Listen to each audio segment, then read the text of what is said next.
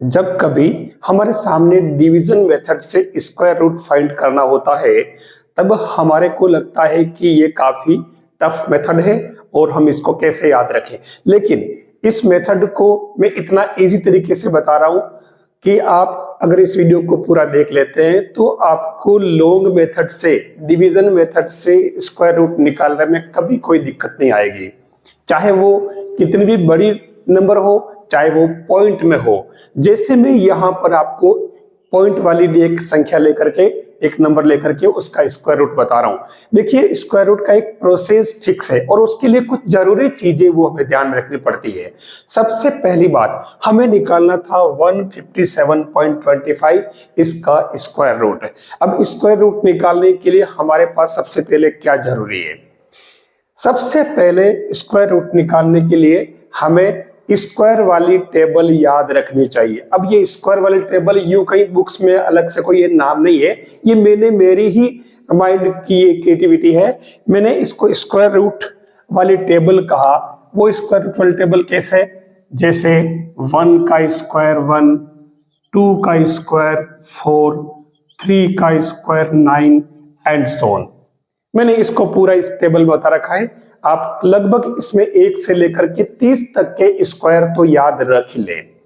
इससे आपके हर जगह इसका फायदा मिलेगा। ये केवल स्क्वायर रूट में ही नहीं, ये मैथ्स में सब जगह काम आती है। तो ये आप टेबल से देख लें कि किसका स्क्वायर क्या होता है। स्क्वायर कह रहा हूं, स्क्वायर रूट नहीं, ठीक है। जब ये याद हो गया तो अब हमारा काम क्या होगा? 157.25 यानी 157.25। इसके लिए सबसे पहला काम क्या? आपको इस साइड से चलना पड़ेगा, रिवर्स इस साइड से, और आपको पेयर्स बनाने, नंबर 1 पेयर, नंबर 1 पेयर। और अब ये अगर अकेला रह गया तो कोई दिक्कत नहीं, जो लास्ट में अगर डबल रहे, पेयर में रहे तो भी दिक्कत नहीं, और सिंगल रहे तो भी दिक्कत नहीं। पहला काम आप ये करेंगे पेयर्स का, ठीक है। अब आपको क्या करना है? पॉइंट के बाद में आपको इसके स्क्वायर रूट डिजिट, पॉइंट जो आता है ना, उस पॉइंट के बाद में कितने डिजिट चाहिए?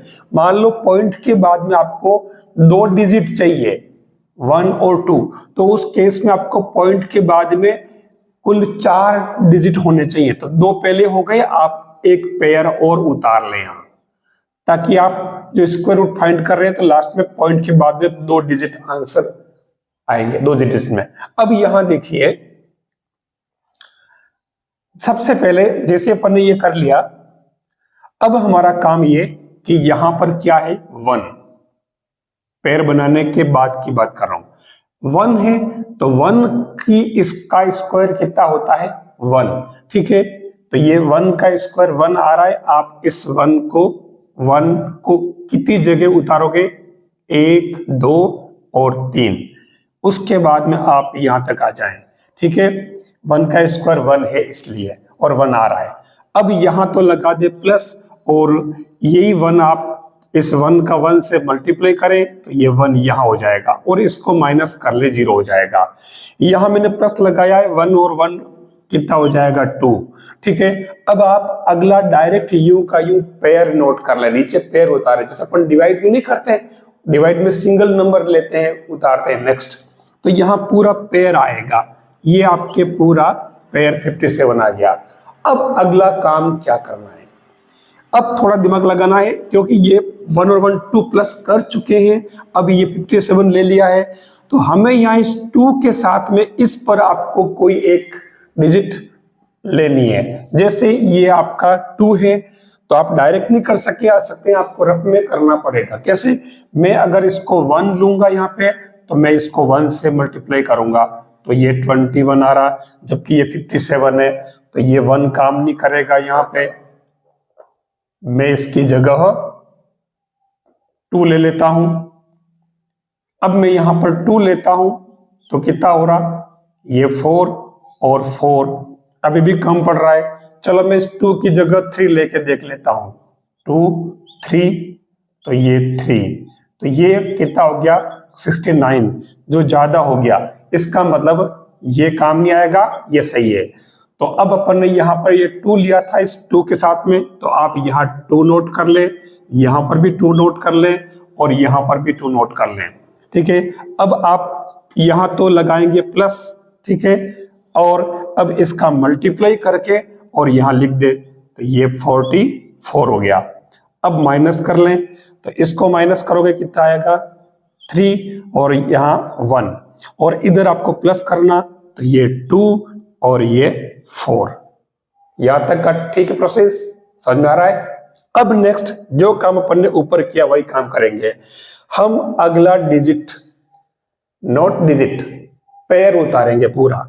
तो ये 25 उतार ले, और क्योंकि पॉइंट आ गया था तो ये पॉइंट सीधा यहां जाने दे, ठीक है। अब फिर वही काम, अब ये 2 4 हो गया है, हमें इस जगह कोई डिजिट लेनी है। कैसे? जैसे 2 और ये 4। अब मैं अगर यहाँ 1 लेता हूं और 1 से मल्टीप्लाई करूं तो देखिए ये 1 241 ही आएगा, इसका मतलब ये काम नहीं आएगा। मैं इसकी जगह 2 लेता हूं तो भी देखिए ये कितने 4 8 4, यानी, और यहां तो आ रहा अपना पूरा 1 3 2 5, इसका मतलब ये भी काम नहीं आ रहा। तो हम यहां पर पूरा लेंगे कितना 2 4, एक आइडिया लग जाएगा कि ये 200 है, तो मैं इसको 5 लेकर के देख लेता हूं, मेरे हिसाब से इससे बैठ जाएगा। तो ये कितना बैठ रहा देखो आप 24 50 यानी कि 12 25, ठीक है। मैंने इसको 5 से मल्टीप्लाई नहीं किया, मैंने इस 2 4 5 को 10 से मल्टीप्लाई किया, ठीक है, और उसका हाफ कर दिया, जो 1225 आ गए। ये एक तरीका है 5 से मल्टीप्लाई करने का। तो आप देखो 1225 आ रहा है, ठीक है। अगर आप इसमें 6 लेते हैं, देखो अपन नजदीक पहुंच चुके हैं, हम अगर इसमें 6 लेते हैं यहां तो मल्टीप्लाई कर लो 6 और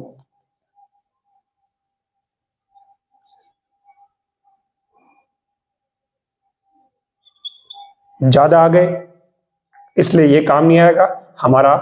ये 5 वाला करेक्ट है, तो आप यहां क्या उतारेंगे 5, यहां पर भी 5, यहां प्लस करेंगे और यहां आप 5 ले लेंगे, ठीक है। अब इस 5 को इससे जो मल्टीप्लाई किया था हमने वो आप यहां नोट कर ले, कितना आया था 1 2 2 5, ठीक है। तो आप इससे प्लस कर लीजिए तो ये हो जाएगा 250, और यहां माइनस कर लीजिए तो कितना बच रहा 100 बच रहा है। अब हमारा काम क्या अगला, ये अगला पूरा 0 0 वाला पेयर यहां नोट कर लेना है। ये बन गया 10,000। अब 10,000 बना तो हमें यहाँ पर 250 के यहाँ पर कोई एक डिजिट लेनी पड़ेगी, तो 250। यहाँ अगर मैं 1 लेता हूं, मतलब 0 तो पहले से ये 1 लेता हूं, तो आप देख लीजिए 1 से मल्टीप्लाई करना पड़ेगा, तो ये कितना बहुत कम आ रहा है, ये तो 10,000 है, तो 1 से काम नहीं चलेगा, 2 से करेंगे तो 4,000 बनेगा, 3 से करेंगे तो 6,000 बनेगा, और अगर 4 से करेंगे तो 8,000 बनेगा। एक काम करें अपन इसको 5 से कर लेते हैं, 5 0 और यहाँ 5 ले लेता हूं, 5 से करके देख लेते हैं, तो ये 25 और लो 11,000 हो गया। इसका मतलब ये 4 से हो जाएगा, देख लीजिए। तो ये 2 5 250 ऐसी, तो ये 5 की जगह अपन ये काम नहीं आ रहा, हम इसकी जगह क्या उतारे 4, ठीक है। अब 4 से करो मल्टीप्लाई तो ये 16 और ये 0 0 10,016 बन रहा है। देख लीजिए ये भी आपके ज्यादा हो रहा है 10,016। तो हम ये काम करें, इसमें 3 से करके देख लेते हैं। 3 से तो इसको होना ही पड़ेगा 0 और ये 3, ठीक है। 16 ज्यादा हो गया ना, तो अपन 3 से करेंगे। ये भी काम नहीं आ रहा, तो ये 9 0 और ये चलो ये चल जाएगा, क्योंकि 4 से करते ही 16 ज्यादा हो गए 10,000 से, ठीक है। ये काम नहीं आएगा, और इसलिए अपन यहाँ पे क्या 3 उतार रहे थे, ये 3 यहाँ पे भी उतरेगा, प्लस होगा, ये 3 यहाँ पर भी आएगा, और यहाँ पर ये कितना 7509। अब आप इसे माइनस कर लीजिए यहाँ पर, तो ये 9 0 9 क्या 1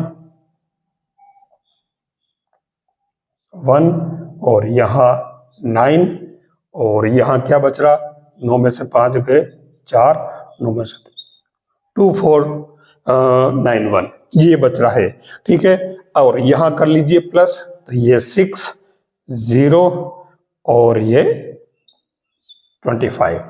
हमने 2 डिजिट पॉइंट के बाद 2 डिजिट ले लिए, यानी कि एक तरह से हमारे जो आंसर आया फाइनल क्या आया 12.53। हम अगर चाहते तो इसके अंदर एक और पेयर उतार लेते और उसके बाद में यहां पर कोई भी डिजिट लेकर के और आगे तीसरे डिजिट तक भी इसका स्क्वायर रूट निकाल सकते इसी पैटर्न से। अब एक बात, ये आंसर हमारा करेक्ट है या नहीं, इसकी पहचान कैसे करें? देखिए, आप एक काम करें, इस पॉइंट को एक पल के लिए भूल जाएं, आप इसे इसका डबल कर लें। ठीक है, डबल करें, कितना आएगा 6 5 दूनी 10, 2 दूनी 4, 4 और 1 5 2, कितना आया 25 0 6। यानी जो आंसर आया उसका डबल यहां होगा हमेशा ही। ठीक है, कोई परेशानी वाली बात नहीं। तो ये आपके स्क्वायर रूट निकालने का तरीका है। अगर वीडियो अच्छा लगा हो तो लाइक करें, शेयर करें और चैनल को सब्सक्राइब कर लें।